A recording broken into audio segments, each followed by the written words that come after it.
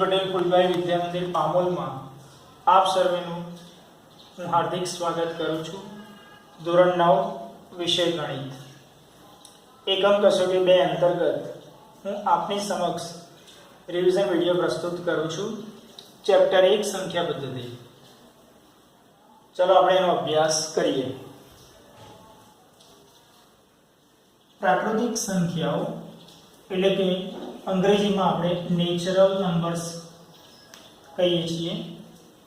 સંખ્યાઓ 1 2 3 4 5 6 7 8 9 10 એમ અનંત સુધી, અને આપણે શું સમજીશું? અનંત સુધી આવી સંખ્યાઓને પ્રાકૃતિક સંખ્યાઓ કહે છે।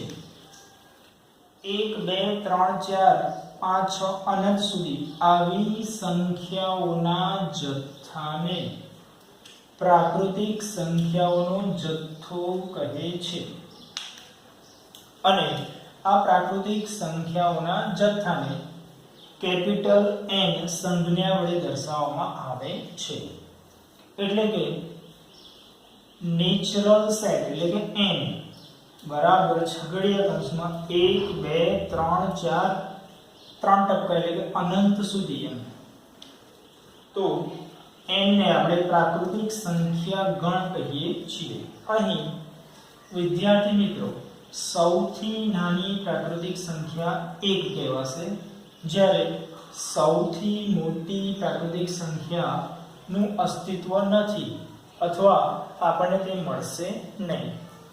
પ્રાકૃતિક સંખ્યાઓ ઘણી બધી છે, અસંખ્ય છે, એને આપણે ગણી શકતા નથી, અસંખ્ય જથ્થો દર્શાવે છે।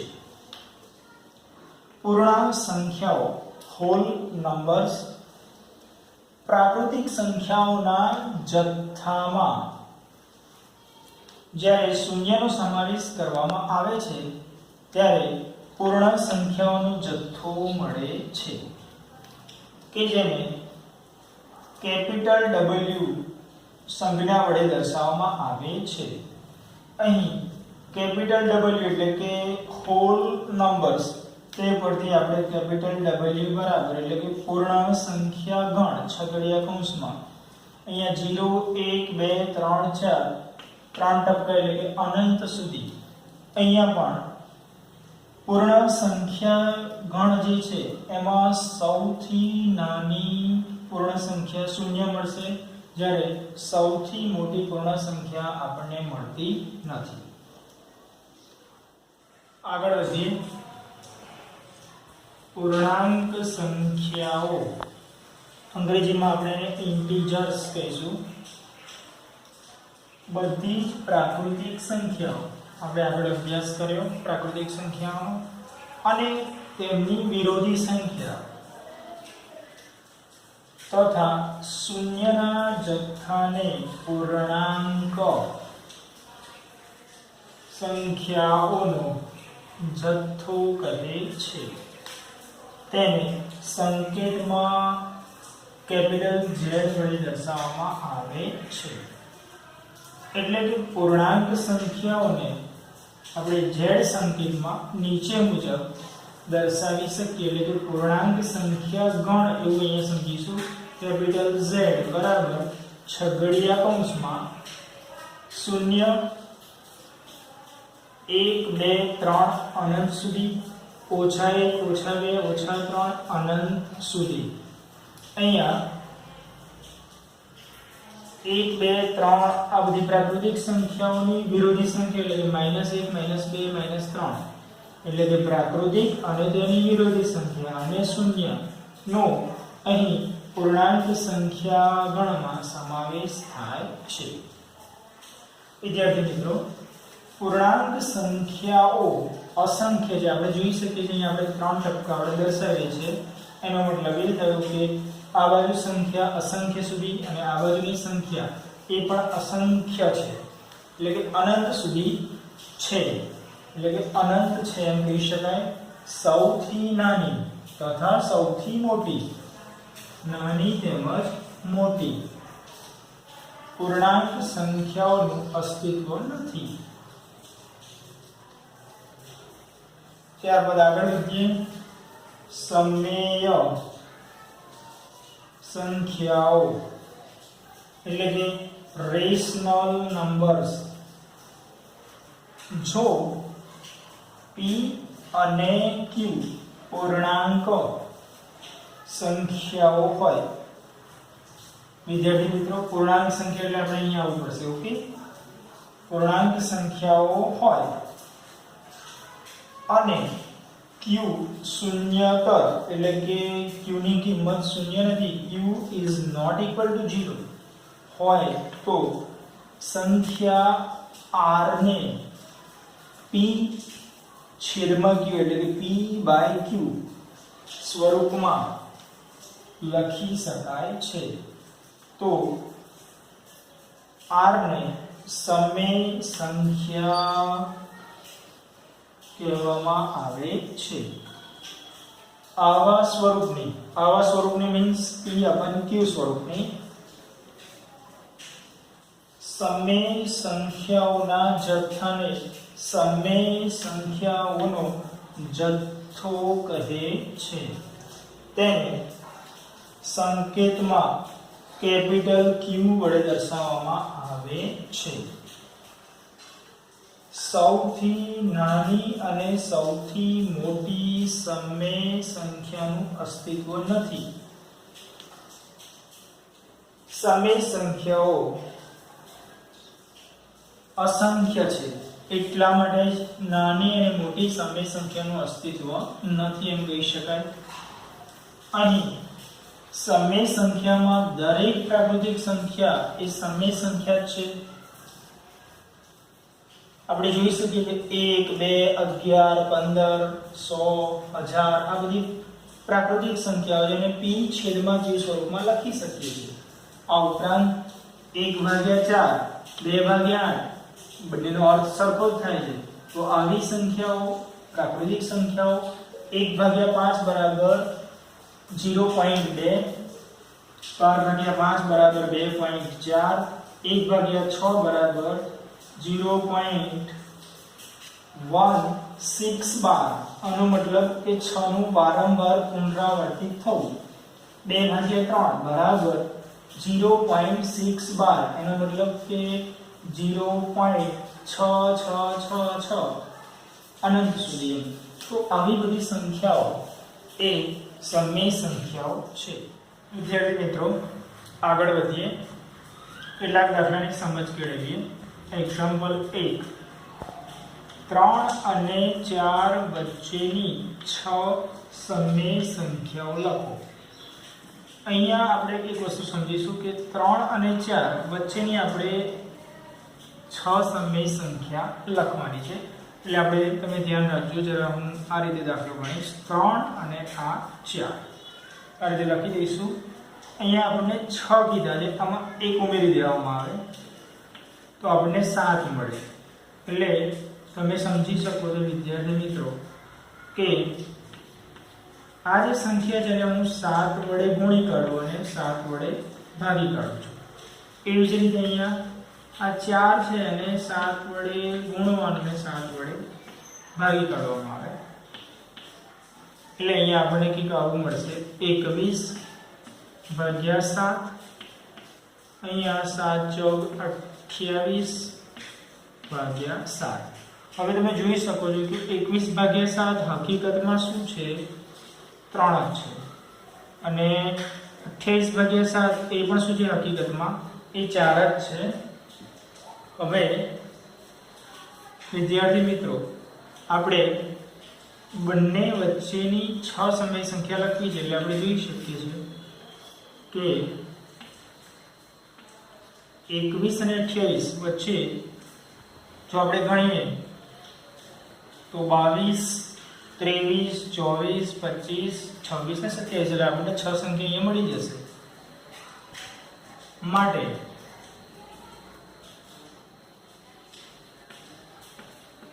અહીં 3 અને 4 વચ્ચેની 6 સમય સંખ્યાઓ હવે અહીંથી લખીશું 3 અને 4 ની વચ્ચે, એટલે આ અને આ બંને સંખ્યાનો સમાવેશ થશે નહીં. અહીં લખીએ 22/7, 23/7, 24/7, 25/7, 26/7, 27/7, એટલે 1, 2, 3, 4, 5 અને 6 મળે છે. આગળ વધીએ. Example number 2. 3/5 એટલે 3 પંચમાંશ અને 4/5 એટલે 4 પંચમાંશ વચ્ચેની 5 સમય સંખ્યાઓ શોધો. તો અહીંયા 3/5 અને 4/5 એ જરા આપણે અહીંયા આ રીતે લખીશું. 5 સમય સંખ્યાઓ, એનો મતલબ એ થયો કે એમાં 1 ઉમેરી દેવામાં આવે તો આપણને કેટલા મળશે? 6 મળશે. એટલે ઉપર નીચે 6 વડે ગુણી કાઢો.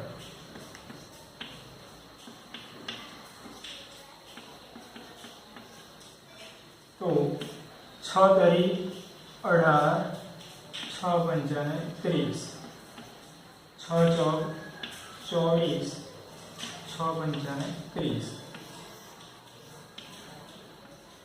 તો 18 અને 24 અહીંયા આપણે વચ્ચેની સંખ્યા કીધી છે માટે અહીંયા 18 અને 24 નો ઉલ્લેખ નહીં કરીએ. અહીં 3/5 અને 4/5 વચ્ચેની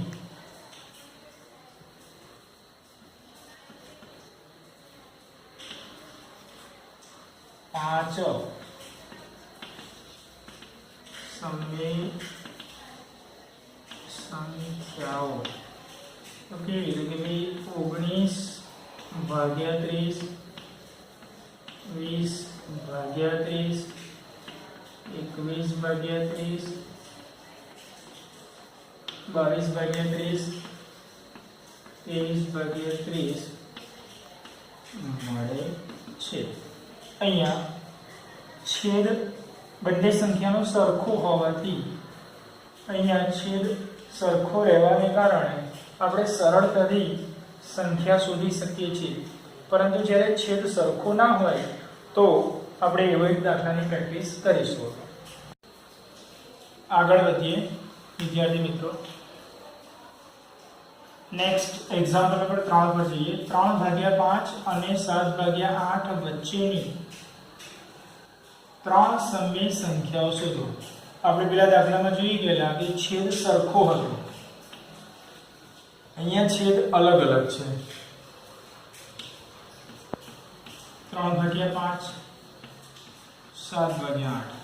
આ બંને સંખ્યાને આ 8 અને આપી દઈશું, આ 5 અહીંયા આપી દઈશું એટલે છેદ સરખો થશે. 8 અહીંયા આપી દો અંશ અને છેદમાં, એટલે 8 તરી 24, 8 પંચા 40.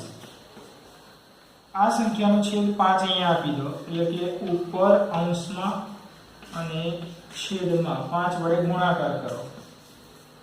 7 પંચા 35 અને 8 પંચા 40. આવું એટલા માટે કરવાની જરૂર પડી કે આપણે છેદ શું કર્યો? અહીંયા સરખો કર્યો. હવે આપણે જોઈ શકીએ છીએ આ બે સંખ્યાઓ વચ્ચેની 3 સંખ્યા આપણને અહીંયા મળી ગઈ. માટે આપણે એવું લખી શકીએ અહીં 3/5 અને 7/8 વચ્ચેની 3 સમય સંખ્યાઓ. વચ્ચેની કીધું છે માટે 24 નહીં લઈએ. 25/40 એટલે કે 25/40, 26/40, 27/40, 28/40, એમ કરતા કરતા 34/40 સુધી જઈ શકાય છે. તે આપણને શું થાય છે? સમય સંખ્યાઓ મળે છે. વિદ્યાર્થી મિત્રો, આગળ વધીએ. વર્ગમૂળ 5 ને સંખ્યા રેખા પર દર્શાવો. વર્ગમૂળ 5 ને આપણે સંખ્યા રેખા પર દર્શાવવાનું છે. એટલે સૌપ્રથમ સંખ્યા રેખા L દોરીશું. સાથે સાથે આપણે લખતા પણ જઈશું. સૌપ્રથમ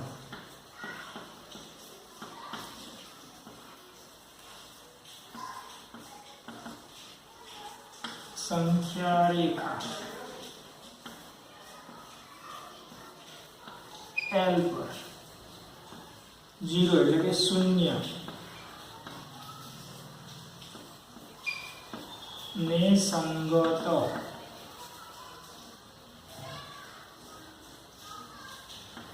O બિંદુ લો. આ સંખ્યા રેખા L છે. આપણે અહીંયા આને આ 0 છે અને આ O બિંદુ છે. એટલે કે 0 ને સંગત O બિંદુ છે એવું લેવામાં આવે છે. ત્યારબાદ યોગ્ય એકમ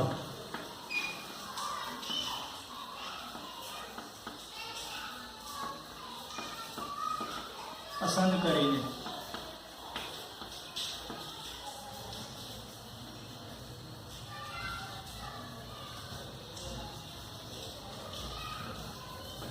OA બરાબર 2 એકમ થાય તેવું બિંદુ A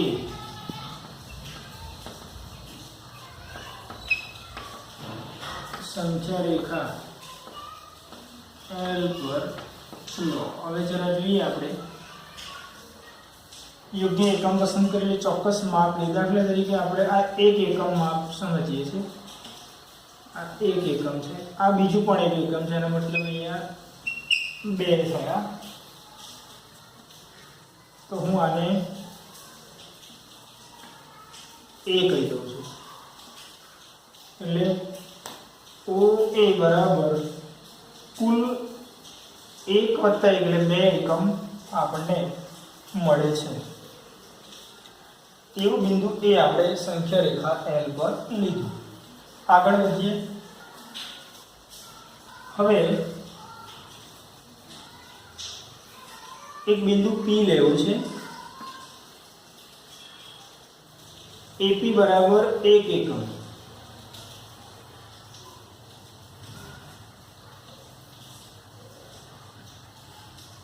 થાય એવું બિંદુ આપણે P પસંદ કરીએ છીએ અને કાટકોણ ત્રિકોણ OAP એવું મેળવીએ જેથી AP બરાબર 1 એકમ મળે. આગળ વધીએ. કાટકોણ ત્રિકોણ OAP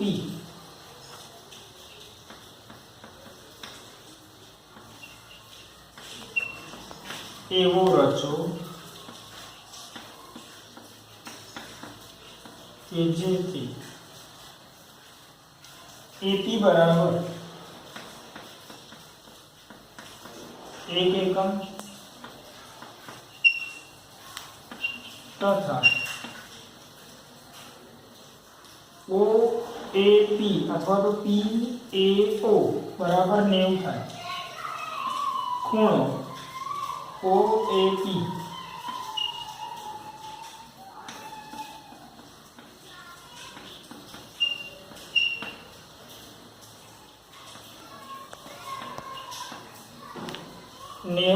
થાય.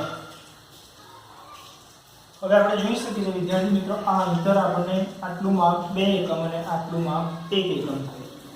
આગળ વધીએ. હવે પાયથાગોરસના પ્રમેય મુજબ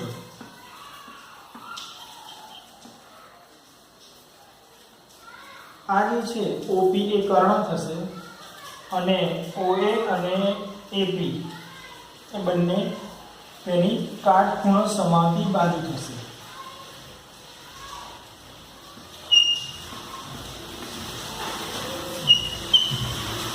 OP સ્ક્વેર બરાબર OA સ્ક્વેર વત્તા AP સ્ક્વેર.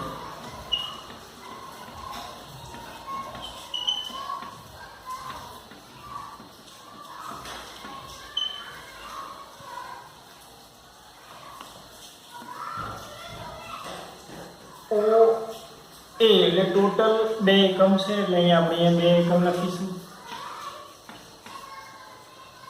એપી નું અંતર અહીંયા 1 એકમ છે એટલે અહીંયા આપણે એપી ની જગ્યાએ 1 એકમ લખી દઈએ. 2 નો વર્ગ એટલે 2 ગુણ્યા 2 એટલે 4, 1 નો વર્ગ 1 5 મળશે. આ બધું જ આપણને ઓપી સ્ક્વેર બરાબર મળશે.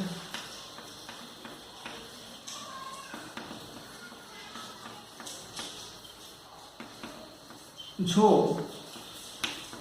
બંને બાજુ વર્ગમૂળ લઈ લેવામાં આવે તો અહીંયા વર્ગમૂળ કેન્સલ થશે. આપણને ઓપી બરાબર વર્ગમૂળ 5 મળે છે. એનો મતલબ એ થયો કે ઓપી ની કિંમત અહીંયા આપણને વર્ગમૂળ 5 મળે છે. હવે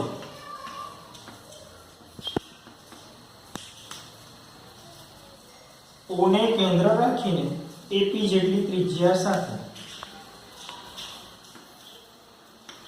O ને કેન્દ્ર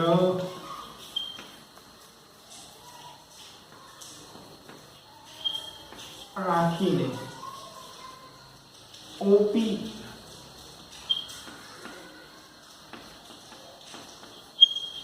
ત્રિજ્યાવાળું ચાપ દોરો કે જે સંખ્યા રેખા L ને B બિંદુમાં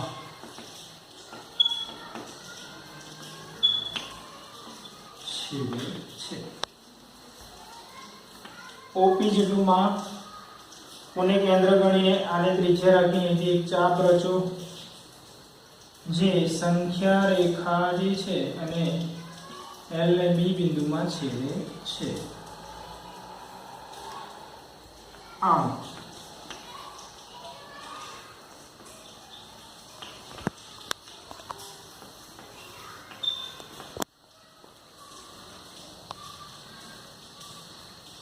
B ને સંગત સંખ્યા વર્ગમૂળ 5 મળે છે. એટલે કે B જે છે એ આપણને આટલેથી આટલું અંતર વર્ગમૂળ 5 અથવા તો આપણે એમ કહી શકીએ કે B એ વર્ગમૂળ 5 સંખ્યા રેખા L પર દર્શાવે છે. આગળ વધીએ વિદ્યાર્થી મિત્રો. નીચેની સંખ્યાઓને દશાંશ સ્વરૂપમાં લખો અને તે કેવા પ્રકારની દશાંશ અભિવ્યક્તિ છે તે જણાવો. અહીંયા આપણે 3 એક્ઝામ્પલ જોઈએ છે. એક 36/100. 36/100 એને આપણે આ રીતે લખી શકીએ દશાંશ સ્વરૂપમાં.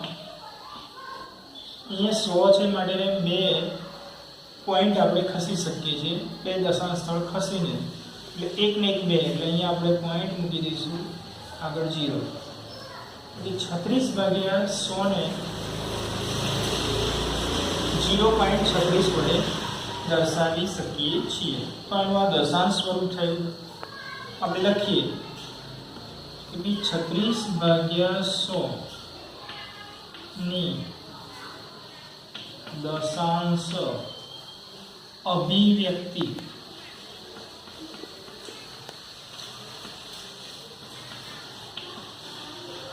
શાંત શા માટે શાંત છે કે આ નો જવાબ આપણને આ મળે છે અને એ સંખ્યા આપણને ચોક્કસ નિશ્ચિત જ આટલા જ સ્વરૂપમાં મળે છે.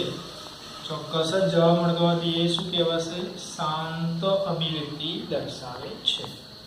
અહીંયા આપણે જોઈએ 1/11.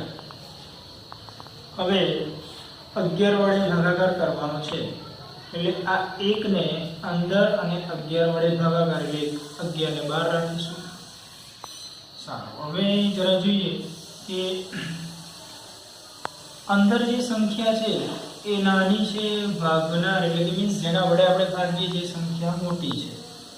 એટલે સીધી વસ્તુ છે કે અહીંયા આપણે ભાગ નહીં ચાલે એટલે આપણે પહેલામાં પહેલા શું કરીશું? અહીંયા એક ભાગ ન ચાલે એની શું એટલે કે પોઈન્ટ મૂકી દઈશું. બરાબર છે. હવે આ સંખ્યાનો પોઈન્ટ તો અહીંયા છે જ, અહીંયા એક શૂન્ય મૂકીએ છે વધારાની. હવે અહીંયા આપણે પોઈન્ટને ધ્યાનમાં નથી લેતા એટલે આને 10 ગણીશું, આ 11. હવે હજુ પણ 11 ને આપેલી સંખ્યા વડે આપણે ભાગી શકતા નથી માટે ભાગ ન ચાલે એટલે એના માટે આપણે અહીંયા એક શૂન્ય ચડાવવી પડશે, અહીંયા એક શૂન્ય મૂકવી પડશે. હવે આપણે આગળ વધીએ તો 11 નો ઘડિયો બોલીશું 11 9 99 અને પોઈન્ટ નહીં સમજી હમણાં 100 જ સમજીશું વિદ્યાર્થી મિત્રો. એટલે અહીંયા કેટલા વધશે? 1 વધશે. ફરી શૂન્ય મૂકું છું અને શૂન્ય ઉતારું છું. અહીંયા 10 છે, અહીંયા 11 છે, હજુ ભાગ ચાલતો નથી. ભાગ નથી ચાલતો એટલા માટે અહીંયા એક શૂન્ય ચડાવવી પડશે, અહીંયા એક શૂન્ય મૂકીને ઉતારી દઉં પડે. 11 9 99 અહીંયા કેટલા વધશે? 1. આ 1 છે, અહીંયા એક 0 મૂકવું અને ઉતારી દઉં તો 10 મળશે. હજુ પણ ભાગ નથી ચાલતો એટલે ભાગ ન ચાલે એટલા માટે એક શૂન્ય છે અને અહીંથી એક બીજી શૂન્ય ઉતારી દઉં છું તો 11 9 99 અને 1 વધશે. ટૂંકમાં આપણે કંઈક આવું લખી શકીએ 1/11 બરાબર 0.0909. આ તમે જોઈ શકો છો 090909 એમ આપણે અહીંયા આગળ વધી શકીએ. હજુ આ અહીંયા 1 હોવાથી અહીંયા શૂન્ય મૂકીને આગળ ભાગ ચાલી શકે છે. એનો મતલબ કે આ સંખ્યા હજુ એના એક સ્વરૂપમાં આપણને આગળ મળશે.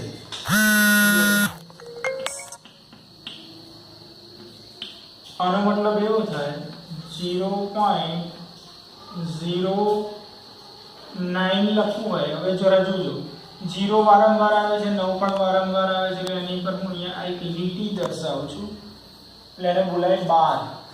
એ બતાવે છે કે આ સંખ્યા વારંવાર પુનરાવર્તિત થાય છે. એટલે આપણે આમ લખી શકીએ આમ 1/11 બરાબર 0.0909 અનંત બરાબર 0.912. 1/11 ની દશાંશ અભિવ્યક્તિ. જો અહીંયા આપણને આ ભાગાકારમાં આપણને જવાબ અનંત મળે છે એટલે આપણે શું લખીશું? દશાંશ અભિવ્યક્તિ અનંત અને એકના એક જ અંકો મળે છે, વારંવાર મળે છે. જુઓ 090909 એટલે દશાંશ અભિવ્યક્તિ અનંત સાથે આવૃત એટલે વારંવાર પુનરાવર્તિત થવું. અનંત આવૃત છે એમ આપણે એની દશાંશ અભિવ્યક્તિ વિશે કહી શકીએ છીએ. અહીંયા જોઈએ 4.1 વિદ્યાર્થી મિત્રો 4 8 32 વત્તા 1 એટલે કે 33/8. આ બંને એક જ સંખ્યા લખેલી છે એટલે કે આને આ સ્વરૂપમાં આપણે ફેરવીએ છીએ 4 8 32 ને 33/8. હવે આજે 33 ને આપણે 8 વડે ભાગવા છે. ઓકે, ચલો હવે અહીંયા 8 1432 એટલે અહીંયા 1 વધશે. હવે આનું દશાંશ સ્થળ અહીંયા છે એટલે આપણે અહીંયા પોઈન્ટ મૂકીશું. પોઈન્ટ એટલે સમજવા માટે અહીંયા 1 વધ્યા, ભાગ ન ચાલે એટલે હું 0 મૂકું છું અને ઉતારું છું. આનો મતલબ અહીંયા મેં ખિસ્સામાં 0 મૂક્યો એટલે હું અહીંયા પોઈન્ટ મૂકી દઈશ. હવે 8 એકા 8 અહીંયા 2 વધશે. આ 2 નાના છે, 8 મોટા છે એટલે ફરી 0 મૂકું છું, 0 ઉતારું છું એટલે 8 દુ 16. અહીંયા 4 વધે છે, 4 નાના છે, 8 મોટા છે એટલે અહીંયા ફરી 0 મૂકું છું, 0 ઉતારું છું.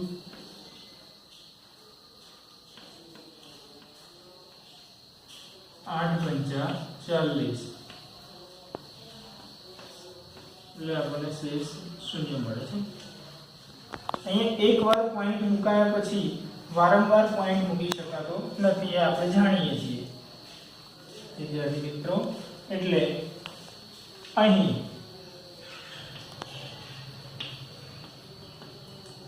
4.1/8 બરાબર આપણે આવું લખી શકીએ 33/8 બરાબર એનો જવાબ આપણે 4.125 એટલે કે